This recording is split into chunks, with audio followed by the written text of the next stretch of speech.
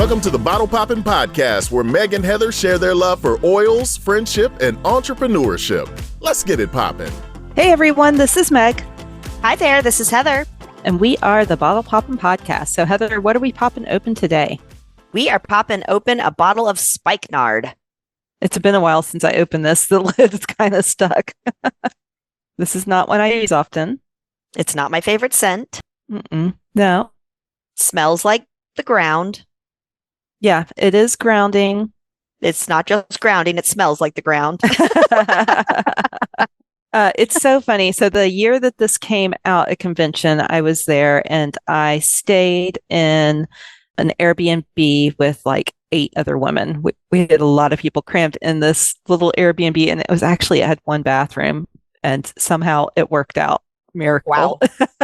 But I remember the night after we got our kits, we all went back to the thing and we're opening up the different oils. And this one in particular, we passed around and everybody described it differently. So I think my description was feet. And I kind of get that now. I don't know that I get that today, but one of the people in the group said that it smelled like burnt popcorn.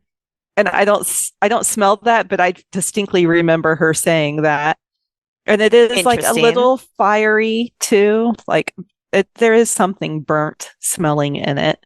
So yeah, it's a unique scent. doTERRA's website describes it as woody, spicy, musty. And see, musty I get. So what's interesting about this is an oil that's mentioned a lot in the Bible. It's the oil of nard. And this was considered like the top perfume in that time, which is so interesting as well. And so my favorite Bible story with this, and the one that comes to mind right away, is the one where there's the woman who washes Jesus' feet and then she dries his feet with her hair. But this is the oil that she's using. And I just think, like, how bad did their feet smell if this was the smell that they use as a perfume to like take away the bad feet smells from walking everywhere?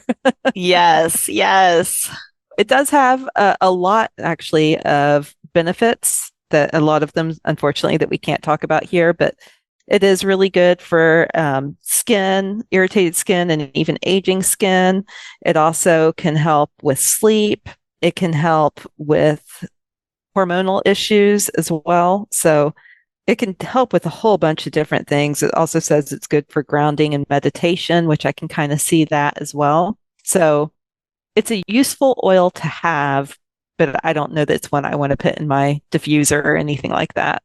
Okay, well, let's see. So the emotional benefit for this one is gratitude. And the very first line in the Essential Emotions book says Spikenard encourages true appreciation for life. So I found a diffuser blend that if you were meditating, actually, I think this would smell really nice. And then if you are kind of thinking about that true appreciation for life while you're meditating, I think that could be beneficial. So the diffuser blend I came across is called Spiritual Wellbeing, and it is 4 drops of lavender, 3 drops of frankincense, 3 drops of myrrh, 2 drops of spikenard.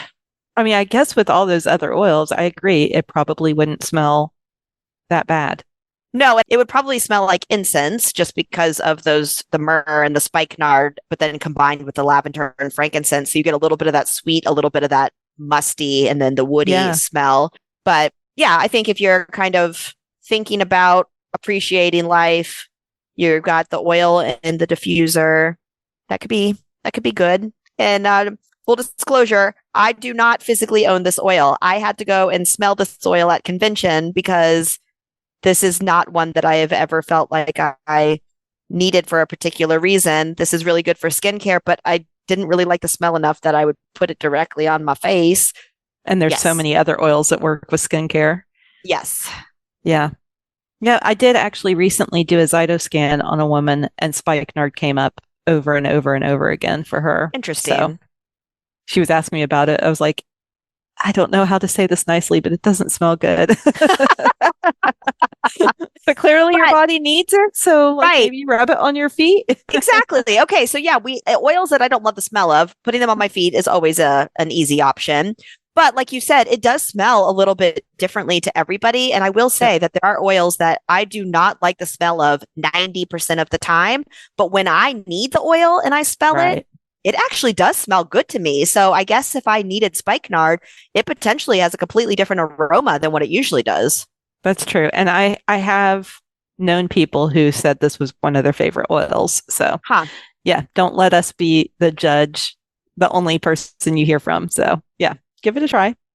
Yeah. Or if you listen to the cilantro episode, you'd know we're not a fan of that either, but we still encourage you to go get it if you like it or need it.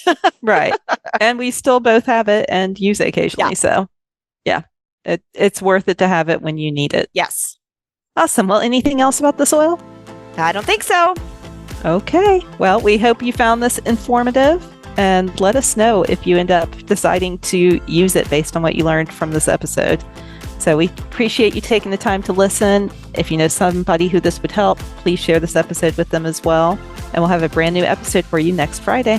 Thanks for tuning in. For more information, you can follow these bottle poppin' ladies at bottlepoppinpodcast.com. Tune in next week to learn about what bottle we're poppin'. Until next time, take care.